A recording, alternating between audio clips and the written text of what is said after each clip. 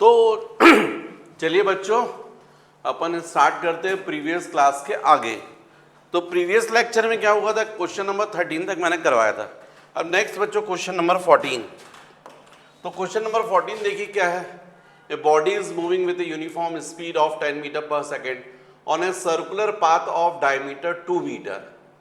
Calculate first the difference between the distance traveled and the displacement of the body in describing half a revolution. Okay. Second, the magnitude of the change of velocity of the body in describing half a revolution. And third, by vector diagram, the acceleration if the body is rotated through one right angle in 1 second. ये है बच्चों question. अच्छा देखो इसमें क्या बोला है, body is moving with uniform speed और वो भी सर्कुलर पाथ पर।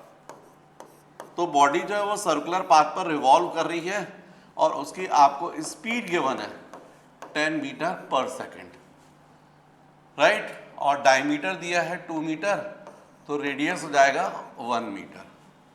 Calculate the difference between the distance travelled and the displacement of the body in describing half revolution. देखो बच्चों, हाफ रिवॉल्यूशन में यहाँ पर होगा ए पर और फिर उसके बाद ये यहाँ पर पहुँच जाएगा बी पर।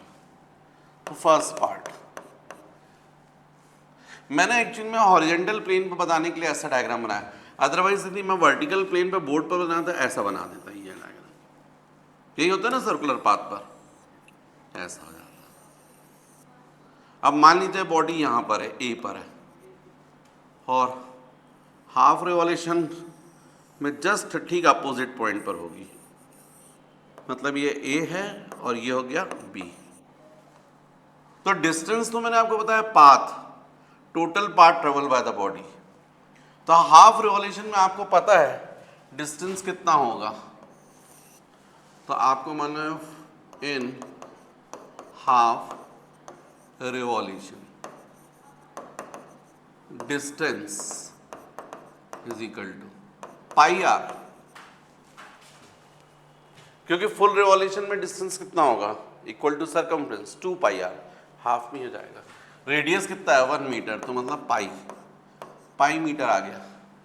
और जहां तक बात है डिस्प्लेसमेंट की, तो डिस्प्लेसमेंट तो आपको मालूम है shortest distance between final and initial position, मतलब यही रहेगा डायमीटर 2r।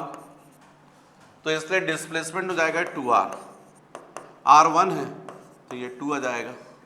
अब हमको डिफरेंस बताना है, difference between distance and displacement, है ना, यही बोला ना। Calculate the difference between the distance travelled and displacement of the body describe है। तो डिस्टेंस माइनस डिस्प्लेसमेंट, तो डिस्टेंस कितना हो गया बच्चों पाई और डिस्प्लेसमेंट 2। पाई मान लो आपको 3.14 माइनस 2 1.14 मीटर। ये आपका फर्स्ट आंसर आ जाएगा। फिर सेकंड पार्ट में पूछा है ना, the magnitude of the change of velocity of the body in describing half revolution, change in velocity. अब बच्चों यहां पर जो है ना, दोनों बातों में फर्क है। स्पीड जो है वो स्केलर क्वांटिटी और वेलोसिटी जो है वो वेक्टर क्वांटिटी है। तो क्या है, जब बॉडी सर्कुलर पाथ पर रिवॉल्व करेगी, जब बॉडी ए पर है और फिर उसके बाद हाफ रिवॉल्यूशन में जस्ट अपोजिट यहां पहुंचेगी बी पर। तो सर्कुलर मोशन चैप्टर आएगा तब मैं आपको और डिटेल में डिस्कस करूंगा, अभी थोड़ा सा आप शॉर्ट में समझ लीजिएगा। कभी भी बॉडी सर्कुलर पाथ पर रिवॉल्व करती है तो उसकी जो वेलोसिटी होती है वो टेंजेंशियल होती है। आप कभी देखोगे, मान लीजिए आपके हाथ में स्टोन है, एक थ्रेड से आपने बांध दी और यहाँ पकड़ा है और इसको रिवॉल्व करवा रहे हो, ऐसा घुमा रहे हो, और जिस वक्त तो यहाँ पर आप थ्रेड को छोड़ दीजिए तो ऐसा जाएगा। यदि ये स्टोन यहाँ था और आपने थ्रेड से छोड़ दिया, इस वक्त छोड़ा, तो ऐसा जाएगा। यदि यहाँ पर है स्टोन और उस वक्त छोड़ा तो ऐसा जाएगा। तो जब बॉडी सर्कुलर पाथ पर रिवॉल्व करती है तो हमेशा वेलोसिटी कैसी होती है, टेंजेंशियल, क्योंकि वेलोसिटी वेक्टर है ना, उसमें मैग्नीट्यूड भी होता है और डायरेक्शन भी है। वेलोसिटी का मैग्नीट्यूड मतलब स्पीड और बाकी डायरेक्शन रहेगा। तो जब बॉडी यहां पर है तो उसका ऐसा रहेगा, ये है वेलोसिटी v1 बार। और जब बॉडी ये ए से यहां पर पहुंचेगी तो वेलोसिटी ये रहेगी ऐसी v2 बार ये। तो अब हमको बच्चों यहां पर फाइंड करना है magnitude of change in velocity. ये आपका क्वेश्चन में पूछा गया है, the magnitude of the change of velocity of the magnitude in describing half A revolution. तो ऐसे क्वेश्चंस को करने के लिए आपको सबसे पहले चेंज इन वेलोसिटी मतलब क्या होगा, v2 बार माइनस v1 बार, है ना, ये वेक्टर है, वेलोसिटी वेक्टर, तो उसमें वेक्टर करना पड़ेगा। अब आपको दिख रहा है कि v2 ऐसा डाउनवर्ड है और माइनस v1 कैसा है, अपवर्ड है। दोनों के हालांकि मैग्नीट्यूड इक्वल है, स्पीड के इक्वल, और स्पीड कितनी दी है 10 मीटर पर सेकेंड, तो इसलिए ये भी मैग्नीट्यूड 10 है और ये भी मैग्नीट्यूड। अब हमको यदि ये फाइंड करना है तो बच्चों ये क्या हो जाएगा, v2 ऐसा रहेगा, माइनस साइन को यहाँ करोगे तो प्लस हो जाएगा, और जैसे ही यहाँ जाएगा माइनस साइन तो इसका डायरेक्शन अपोजिट हो जाएगा, माइनस v1। अब आप देखो ये वेक्टर दोनों वेक्टर को आप क्या कर रहे हो, ऐड कर रहे हो, और दोनों वेक्टर कैसे हैं, सेम डायरेक्शन में। जब दो ये एडिशन हो रहा है, एडिशन में आपका रिजल्टेंट वाला फॉर्मूला लग जाएगा। जो रिजल्टेंट का फॉर्मूला मैंने आपको डिराइव करवाया था वो एडिशन के लिए था। तो अब ये दोनों वेक्टर यदि सेम डायरेक्शन में, तो थीटा कितना हो गया, 0। तो आप ये जो चेंज इन वेलोसिटी है इसका यदि मॉडुलस फाइंड करना चाहते हैं तो आप बोल सकते हैं mod of v2 minus v1। Mod मतलब रिजल्टेंट, तो आप बोलोगे root over mod of v1 square plus mod of v2 square plus 2v1 v2 into cos 0 बोलना पड़ेगा क्योंकि दोनों वेक्टर सेम डायरेक्शन में। तो अब अपन को मालूम है cos 0 1 होता है, तो ये जाएगा v1 square plus v2 square plus 2v1 v2 मतलब v1 plus v2 whole square, square root के बाहर आएगा तो v1 प्लस v2। ये मैग्नीट्यूड है, तो अब 10 और 10 मतलब आंसर कितना जाएगा 20 मीटर पर सेकेंड। और यदि आप डायग्राम से देखते तो भी हो जाता है। डायग्राम से मैंने सिखाया था कि ऐड कैसे करते, फर्स्ट वेक्टर का लाइक वेक्टर, फिर सेकंड वेक्टर का भी लाइक वेक्टर, लेकिन सेकंड का टेल कहाँ रखते हैं, फर्स्ट के हेड पर, तो ऐसा हो जाता। अब इनका रिजल्टेंट कहाँ से कहाँ होता, from tail of first to head of second, तो पूरा ऐसा होता, जिसको आप क्या बोलते हैं v2 बार प्लस माइनस v1, मतलब क्या हो जाता है v2 माइनस v1। तो आपको क्लियर, ये देखो इसका मैग्नीट्यूड 10 है, इसका मैग्नीट्यूड 10 है, तो ये पूरा मैग्नीट्यूड कितना हो जाएगा 20। तो वेक्टर डायग्राम से भी ऐसा है और यदि इससे भी, तो इसलिए इस क्वेश्चन का सेकंड पार्ट का आंसर होगा 20 मीटर पर सेकंड। फिर थर्ड पार्ट में क्या पूछा हमने, bye vector diagram the acceleration if the body is rotated through one right angle in 1 second. Acceleration बताना है, यदि बॉडी कितना रोटेट कर रही है 1 राइट एंगल, तो एक्सेलरेशन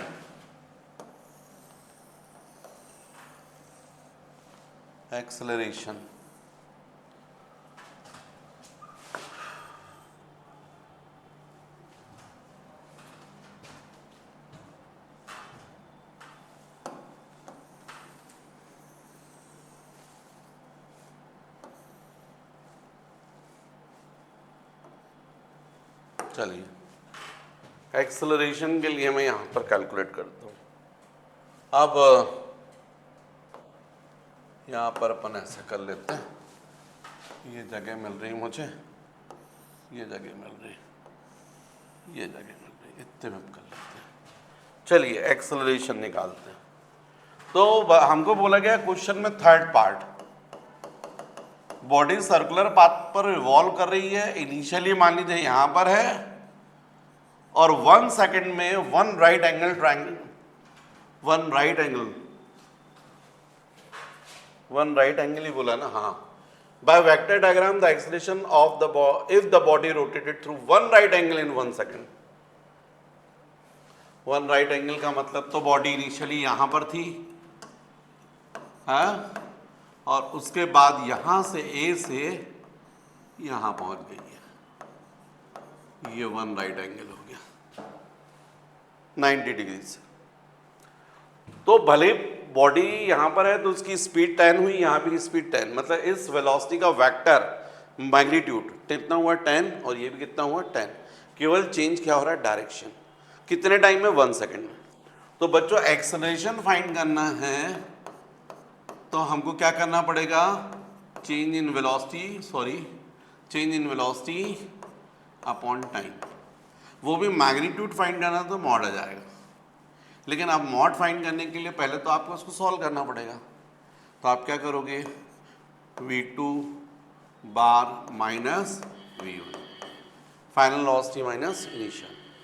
अब आपकी फाइनल वेलोसिटी देखो ऐसी है ना, माइनस इनिशियल वेलोसिटी देखो ऐसी है। इसका मतलब ये हो जाएगा आपका v2 बार माइनस, यहाँ शिफ्ट करोगे तो प्लस आ जाएगा। अब इसका डायरेक्शन ही आ जाएगा माइनस और v1। अब देखो फिर से आप एडिशन कर रहे हो और दोनों वेक्टर एक दूसरे के कैसे हैं? परपेंडिकुलर। तो यदि आप रिजल्टेंट निकालना चाहो तो आप फॉर्मूला यूज कर सकते हो, क्योंकि जो रिजल्टेंट वाला फॉर्मूला है वो एडिशन के लिए है।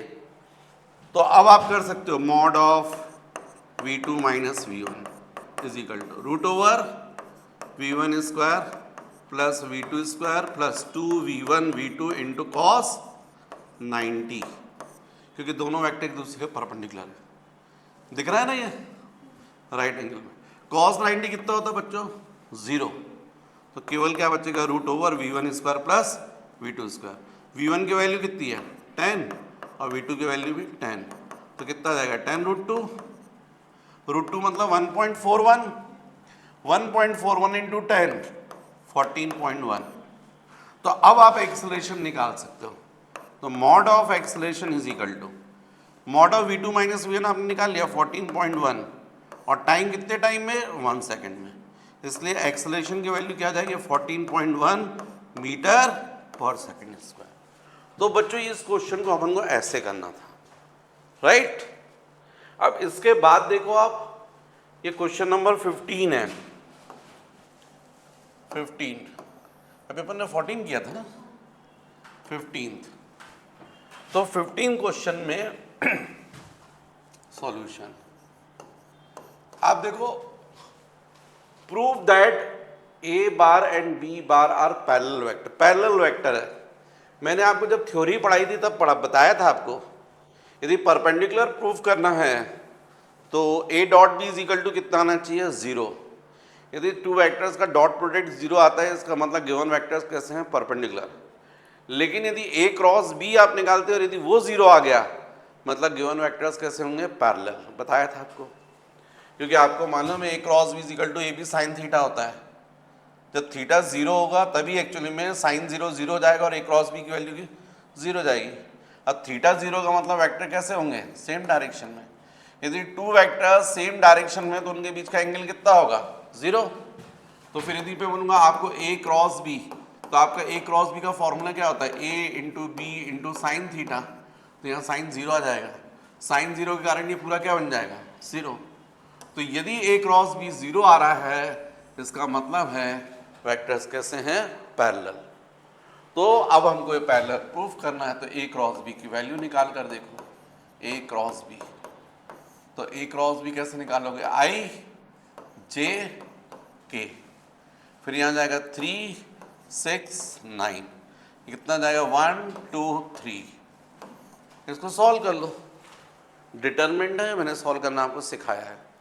तो कैसे करोगे? आई लिखोगे, फिर आई वाली रो छोड़ दोगे, आई वाला कॉलम छोड़ दोगे। तो 6 इंटू 3 कितना जाएगा? 18 माइनस 2 इंटू 9 18, फिर माइनस जे। आई पॉजिटिव चलता है, फिर जे कैसे चलेगा? नेगेटिव। जब जे लिखा तो जे वाली रो को छोड़ दोगे, जे वाले कॉलम को छोड़ दोगे। तो 3 इंटू 3 9 माइनस 1 इंटू 9 9 प्लस के। अब के वाली रो लोगे, के वाला कॉलम छोड़ोगे, तो ये बचेगा 3 इंटू 2 6 माइनस 1 इंटू 6 6। तो बच्चों देखो आप, 18 माइनस 18 0 आई, माइनस 9 माइनस 9 0 जे, प्लस 6 माइनस 6 0 के। कुल मिलाकर क्या मिल गया आपको? 0 वेक्टर मिल गया। तो यदि हम टू वेक्टर्स हैं और यदि उनका क्रॉस प्रोडक्ट 0 आ रहा है, इसका मतलब है गिवन वेक्टर्स कैसे हैं, पैरेलल। ये मैंने थ्योरी में सिखाया था आपको। परपेंडिकुलर प्रूफ करना है तो क्या निकालना चाहिए, A dot B is equal to 0, और पैरेलल प्रूफ करना है तो A cross B is equal to 0। तो बच्चों ये हो गया क्वेश्चन नंबर 15। फिर नेक्स्ट क्वेश्चन नंबर 16। ये क्वेश्चन नंबर 16 है, द पोजीशन, ये 1 कहां से आ गया, गड़बड़ हो गया, चलिए ठीक है बच्चों। नेक्स्ट क्वेश्चन है ना, ये थोड़ा पीपीटीज का नहीं बन पाया था पर है यहाँ पर, देखिए आप, a man can swim with a speed of 4 kilometre per hour in still water. How long does he take to cross river 1 kilometre wide if the river flows steadily at 3 kilometre per hour and he makes his strokes normal to the river current, how far down does he go when he reaches the other bank? तो ये है question बच्चों। अब इसमें देखो आप, जैसा question दिया उस हिसाब से यहाँ पर ये रिवर हो गई है ना, और ये रिवर हमको कितना दिया, 1 किलोमीटर वाइड दी हुई है। यहाँ पर मैन की पोजीशन है और ये रिवर जो है वो फ्लो कर रही है, ऐसा क्वेश्चन है ये। A man can swim with a speed of 4 kilometre per our in still water. Still water में वो 4 किलोमीटर पर आवर से। How long does he take to cross a river 1 kilometre wide if the river flows steadily at? River की velocity हमको दी गई है 3 kilometre per hour and he makes his strokes normal to the river current. How far down does he go when he reaches the other bank? तो बच्चों देखो यहाँ पर है इस मैन की पोजीशन ए, वो अपने स्ट्रोक्स तो नॉर्मल लगा रहा है रिवर फ्लो के परपेंडिकुलर, लेकिन होगा ये कि उसकी वेलोसिटी इस डायरेक्शन में है, फिर यहाँ इस डायरेक्शन में रिवर की वेलोसिटी मिल जाएगी, तो रिजल्टेंट वेलोसिटी उसकी ऐसी हो जाएगी।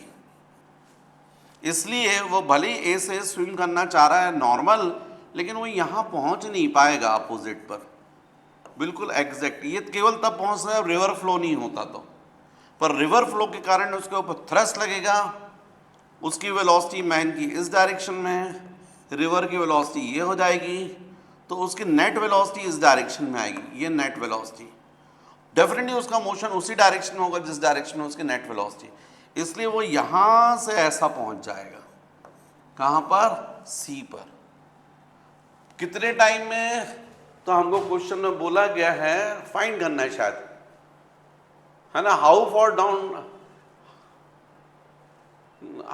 फाइंड करना है, how long does he take to cross river 1 kilometre, time find करना है। ये है क्वेश्चन बच्चों, आपको मेरे ख्याल से क्वेश्चन समझ में आ गया। रिवर की वेलोसिटी ये है, मैन की वेलोसिटी जो रहेगी वो इस डायरेक्शन में रहेगी और रहेगी 4 किलोमीटर पर आवर। भाई उससे ज़्यादा ताकत ही नहीं है तो उससे ज़्यादा थोड़ी करेगा, वो तैर इस तरफ रहा, स्विमिंग कर रहा है इस तरह ए बी डायरेक्शन में, रिवर का फ्लो इस तरफ है, उसकी वेलोसिटी इस डायरेक्शन में ए बी डायरेक्शन में, ये डायरेक्शन होगा किसका, रिवर का, वेलोसिटी ऑफ रिवर, और ये डायरेक्शन किसका होगा, नेट वेलोसिटी का, रिजल्टेंट। बात समझ में आ रही है आपको। और वेलोसिटी ऑफ रिवर इसका मॉड हमको गिवन है 3 किलोमीटर पर आवर। तो बच्चों यदि ध्यान से देखो तो इसका मैग्नीट्यूड 4 हो गया और इसका मैग्नीट्यूड 3 हो गया, और आपको क्लियर दिख रहा है ये एक दूसरे के परपेंडिकुलर होंगे, ऐसा नॉर्मल है ना ये, तो राइट एंगल ट्रायंगल बन रहा है, तो स्वाभाविक ये 4 है, ये 3 है, तो डेफिनेटली ये कितना होगा, 5 किलोमीटर पर आवर, मतलब उसको नेट वेलोसिटी ये बिलीव 5 किलो। अब बच्चों इस क्वेश्चन को समझाने के लिए थोड़ा मैं एक एग्जाम्पल देता हूँ। ये देखो एक ब्रिज है, ये ब्रिज है, और इस ब्रिज पर मान लीजिए आप चलना स्टार्ट करते हैं, और यहाँ से यहाँ तक आप जाते हैं, और आपको मान लीजिए 1 आवर लग रहा है ना, यहाँ से मान लीजिए पूरा आप यहाँ तक जाते हैं और आपको 1 आवर लग रहा है, और इस 1 आवर में जब आप नीचे झांक के देखते हैं तो मान लीजिए ये जो डिस्टेंस है आपका वो 4 किलोमीटर है, ये हाइट जो है वो 3 किलोमीटर है, ये जो आप यहाँ से यहाँ तक पहुँचे हैं तो 1 आवर में, मतलब इस डायरेक्शन में, हॉरिजेंटल डायरेक्शन में आपकी स्पीड मानी जाए तो कितनी बोलोगे आप? 4 kilometre per our. Vertically upward आपकी स्पीड मानी जाए तो कितनी होगी? 3 किलोमीटर पर आवर। और आपको क्लियर ये राइट एंगल ट्रायंगल तो पक्का ये 5 होगा, तो इस डायरेक्शन में आपकी स्पीड क्या होगी? 5 किलोमीटर पर आवर। इसका मतलब ये हुआ कि 1 आवर में आपने इस तरफ उतना ही डिस्टेंस ट्रेवल किया जो इसके लिए स्पीड रिस्पॉन्सिबल है। इस डायरेक्शन में 1 आवर में आपने 4 किलोमीटर डिस्टेंस ट्रेवल किया, मतलब इस डायरेक्शन में आपने उतना ही डिस्टेंस ट्रेवल किया, या डिस्टेंस ट्रेवल करने के लिए ये जो स्पीड होगी यही रिस्पॉन्सिबल होगी। और इस डायरेक्शन में डिस्टेंस ट्रेवल करने के लिए कौन सी स्पीड रिस्पॉन्सिबल होगी? 3 किलोमीटर पर आवर। तो एग्जैक्टली जैसा मैं यहाँ समझाया हूँ बिल्कुल वही बात है। यदि ये मान लीजिए रिवर नहीं होती, तालाब होता, स्टिल वाटर होता, मैन ए से बी पर पहुँचता तो इसकी स्पीड 4 किलोमीटर पर आवर की स्पीड से जाता हो, लेकिन रिवर की वजह से जो 3 किलोमीटर पर आवर है उसको रिजल्टेंट वेलोसिटी क्या मिल गई? 5 किलोमीटर। पर इस डायरेक्शन में जो वो डिस्टेंस ट्रेवल कर रहा है 1 किलोमीटर, उसके लिए कौन सी स्पीड रिस्पॉन्सिबल होगी? 4 किलोमीटर पर आवर, राइट। तो हमको मालूम है यदि हम ए बी डायरेक्शन में बात करें, अलोंग ए बी, अलोंग ए बी, तो अलोंग ए बी क्या बोलोगे आप? Speed is equal to distance upon time. Speed कितनी है? 4 किलोमीटर पर आवर। डिस्टेंस कितना है? 1 किलोमीटर। टाइम t, तो इसका मतलब t is equal to 1/4 our.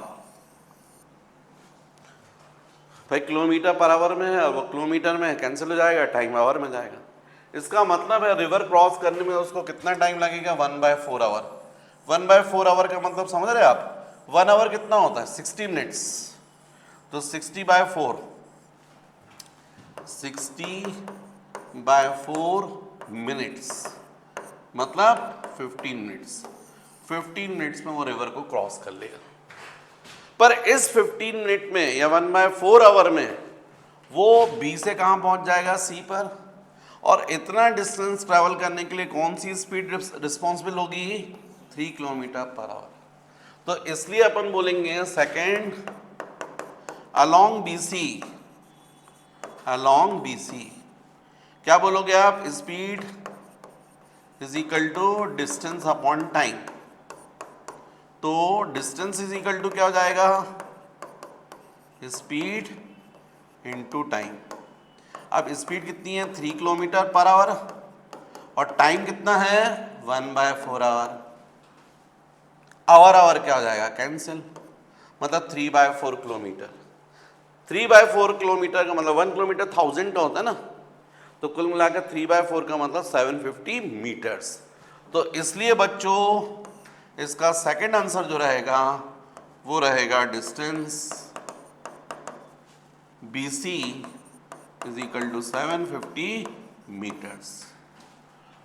तो ये था बच्चों क्वेश्चन का। मेरे ख्याल से आपको समझ में आ गया होगा कि वो भले ए से स्विमिंग करना चाह रहा है और कहाँ जाना चाह रहा है? बी पर, लेकिन वो बी पर ना पहुँच के कहाँ पहुँच जाएगा? सी पर। और ये जो सी पॉइंट है वो बी से जस्ट उसके अपोजिट से कितने डिस्टेंस पर है? 750 मीटर। रिवर को क्रॉस करने में कितना टाइम लगेगा? 1/4 आवर।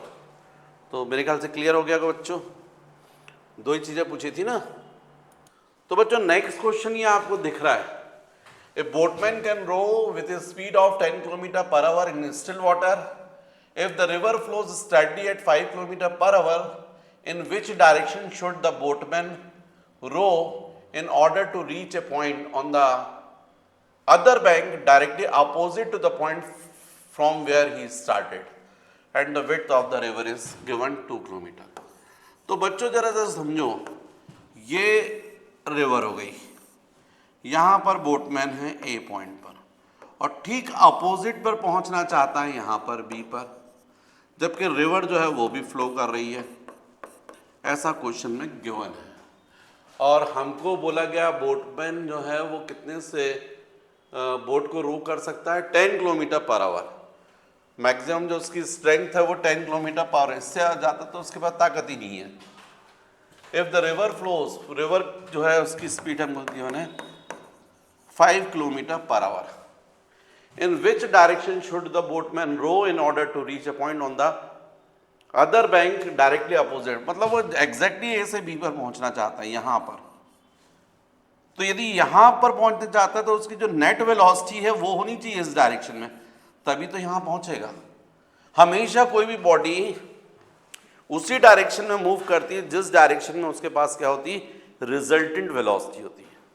अब जरा आप सोचे, यदि वो इसी डायरेक्शन में बोट को रो करता और यदि रिवर ऐसी फ्लो कर रही तो स्वाभाविक है कि उसकी वेलोसिटी बोटमैन की ऐसी होती है वीबी, और इस डायरेक्शन में रिवर वेक्टर होता तो रिजल्टेंट वेलोसिटी तो ऐसी मिल जाती, तो कहाँ पहुंच जाता, सी पर, जैसे भी पिछला क्वेश्चन था।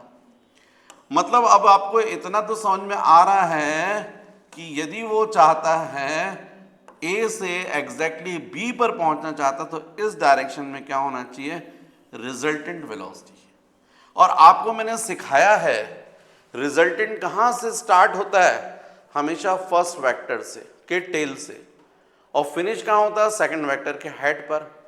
इसका मतलब यह हुआ कि उसको अपनी बोट को इस डायरेक्शन में रो करना चाहिए, ए से सी के डायरेक्शन में। सी बी डायरेक्शन में क्या रहेगी, रिवर की वेलोसिटी, तो इस डायरेक्शन में क्या मिल जाएगी उसको, रिजल्टेंट वेलोसिटी, और डेफिनेटली वो यहां पहुंच जाएगा।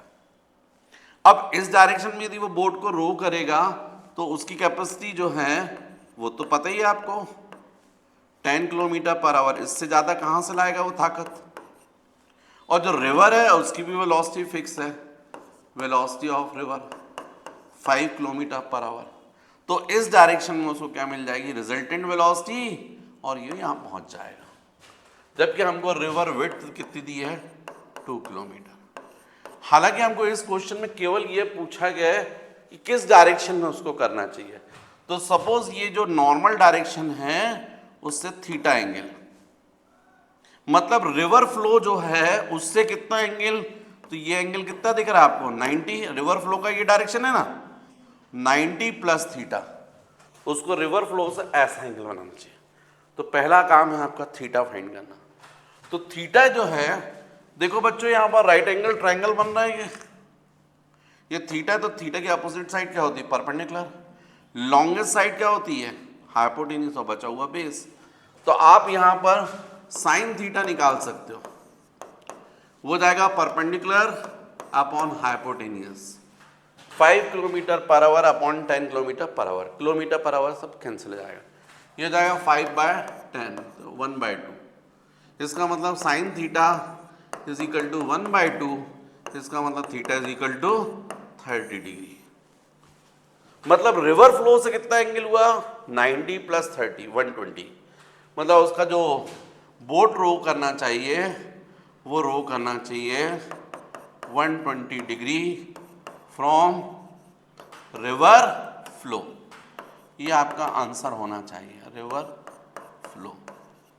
अच्छा बच्चों एक और बात देखो, इस क्वेश्चन में विड्थ ऑफ रिवर दी है, उसका कहीं यूज नहीं हुआ, पर यदि बाय द वे अपन से क्वेश्चन में पूछ देते हैं, पूछा नहीं कितने टाइम में क्रॉस करेगा, तब उस वक्त ये अपन को जरूरत पड़ती है। क्योंकि हम उस वक्त क्या करते हैं, भाई हमको ये वेलोसिटी पता है, 5 पता है, हम इस डायरेक्शन में क्या निकाल देते हैं, बोट की रिजल्टेंट वेलोसिटी कितनी आती है। तो हमको मान लो ये परपेंडिकुलर, ये बेस है या हाइपोटेन्यूस, तो बेस कितना हो जाता है, root over hypotenuse square minus perpendicular square, मतलब ये जाता है रूट 75 किलोमीटर पर आवर। ये इस डायरेक्शन में क्या होती है, स्पीड, और इस डिस्टेंस को कवर करने के लिए यही स्पीड रिस्पॉन्सिबल होती है। तो यदि हमसे क्वेश्चन में पूछा नहीं है, पर यदि पूछा होता तो हम बोलते अलोंग ए बी के डायरेक्शन में हम बोलते speed is equal to distance upon time, और इसलिए टाइम इज इक्वल टू क्या हो जाता, डिस्टेंस अपॉन स्पीड। फिर आपका ये डिस्टेंस यूज होता 2 किलोमीटर का, और ये हो जाता root 75 kilometre per hour, kilometre cancel हो जाता, तो फिर टाइम की वैल्यू आती है आपकी 2/√75 और आवर ऊपर चले जाता, इतने टाइम में वो अपनी बोट को क्रॉस कर ले जाएगा। पर पूछा नहीं है उन्होंने, उन्हें केवल ये पूछा है किस डायरेक्शन में। पर चलो ठीक है, मैंने एक्स्ट्रा बता दी तो ठीक है, अच्छी बात है। क्लियर बच्चों? ये बच्चों क्वेश्चन, ये क्वेश्चन मेरे ख्याल से आपका एनसीईआरटी का है। Rain is falling vertically with a speed of 30 metre per second, है ना, ये है वेलोसिटी ऑफ रेन। और वो भी कितनी मैग्नीट्यूड कितना उसका 30 metre per second. A woman rides a bicycle with a speed of 10 meter per second in north to south, north to south जा रही है और बाइसिकल से 10 मीटर पर सेकेंड, है ना। What is the direction in which she should hold umbrella? जो rain की net velocity होगी उसके जस्ट अपोजिट उसको पकड़ना पड़ेगा। मतलब हमको पता करना पड़ेगा रेन की नेट वेलोसिटी किस तरफ है। तो हमको ये क्लियर समझ में आ रहा है कि ये जो है रेन वो तो गिर रही वर्टिकली, लेकिन ये जो वुमेन है वो मूव कर रही है नॉर्थ टू साउथ। तो हमको नेट वेलोसिटी का डायरेक्शन निकालना पड़ेगा, velocity of rain with respect to women, मतलब velocity of rain minus velocity of women. Velocity of rain क्या इस तरफ है, ऐसा ही, तो ये VR हो गया माइनस ये हो जाएगा वेलोसिटी ऑफ वुमेन, या बाइसिकल बोल दीजिएगा, राइट। तो ये हो जाएगा relative velocity, velocity of rain with respect to women is equal to, यहाँ पर आ जाएगा ये vector velocity of rain plus sign, तो माइनस यहाँ चला जाएगा तो ऐसा जाएगा वेलोसिटी ऑफ वुमेन। अब बच्चों first vector velocity of rain, ये सेकंड वेक्टर, सेकंड का टेल अपन यहाँ रखेंगे, ऐसा जाएगा माइनस ऑफ VW। अब इनका रिजल्टेंट कहाँ से कहाँ होगा, from tail of first to head of second, तो अपन इसको बोलेंगे VR प्लस माइनस VW, मतलब ये जाएगा प्लस इंटू माइनस माइनस, ये डायरेक्शन आएगा रेन का। तो इसके ठीक अपोजिट डायरेक्शन में उसको अपना अम्ब्रेला जो है वो पकड़ना पड़ेगा। बाइसिकल भी चलाएगी और साथ में रेन ऐसी गिरेगी उसके ठीक अपोजिट। तो मतलब हमको यही एक्चुअल में डायरेक्शन पता करना, मतलब वर्टिकल के साथ में यदि अपन बात करें, सपोज ये एंगल थीटा है, आप समझ रहे हैं ना मेरी बात, ये अम्ब्रेला है ना, ये वेलोसिटी ऑफ रेन है with respect to women, net velocity, इसके अपोजिट वो पकड़ी, मतलब वर्टिकल के साथ में ये एंगल थीटा। अब यदि ये एंगल थीटा है बच्चों ये, तो फिर ये एंगल भी थीटा रहेगा, है ना, ऑल्टरनेटिव अपोजिट एंगल। तो मतलब हमको ये थीटा निकालना है, मतलब ये थीटा निकालना है। यदि इसको निकाल ले तो ये भी थीटा सेम रहेगा। तो अब ये थीटा कैसे फाइंड करोगे, तो आपको VW पता है, इसका मैग्नीट्यूड पता है और इसका मैग्नीट्यूड पता है, इससे निकल आएगा। क्योंकि ये थीटा है तो डेफिनेटली ये थीटा के अपोजिट साइड क्या होती है, परपेंडिकुलर, लॉन्गेस्ट साइड क्या होती है, हाइपोटेनियस, और बचा क्या होता है, बेस। तो यहाँ पर इस ट्रायंगल में tan theta is equal to, perpendicular मतलब समझ रहे हैं आप, mod of velocity of women, और बेस मतलब मॉड ऑफ VR, तो tan theta is equal to velocity of women,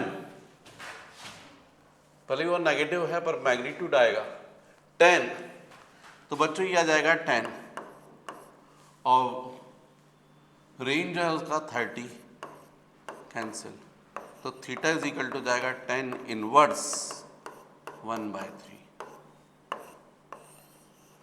इतने एंगल पर वर्टिकल से उसको कितना एंगल बनाना पड़ेगा, 10 इनवर्स 1/3, तो रेंज जो है उससे वो बच जाएगी। राइट।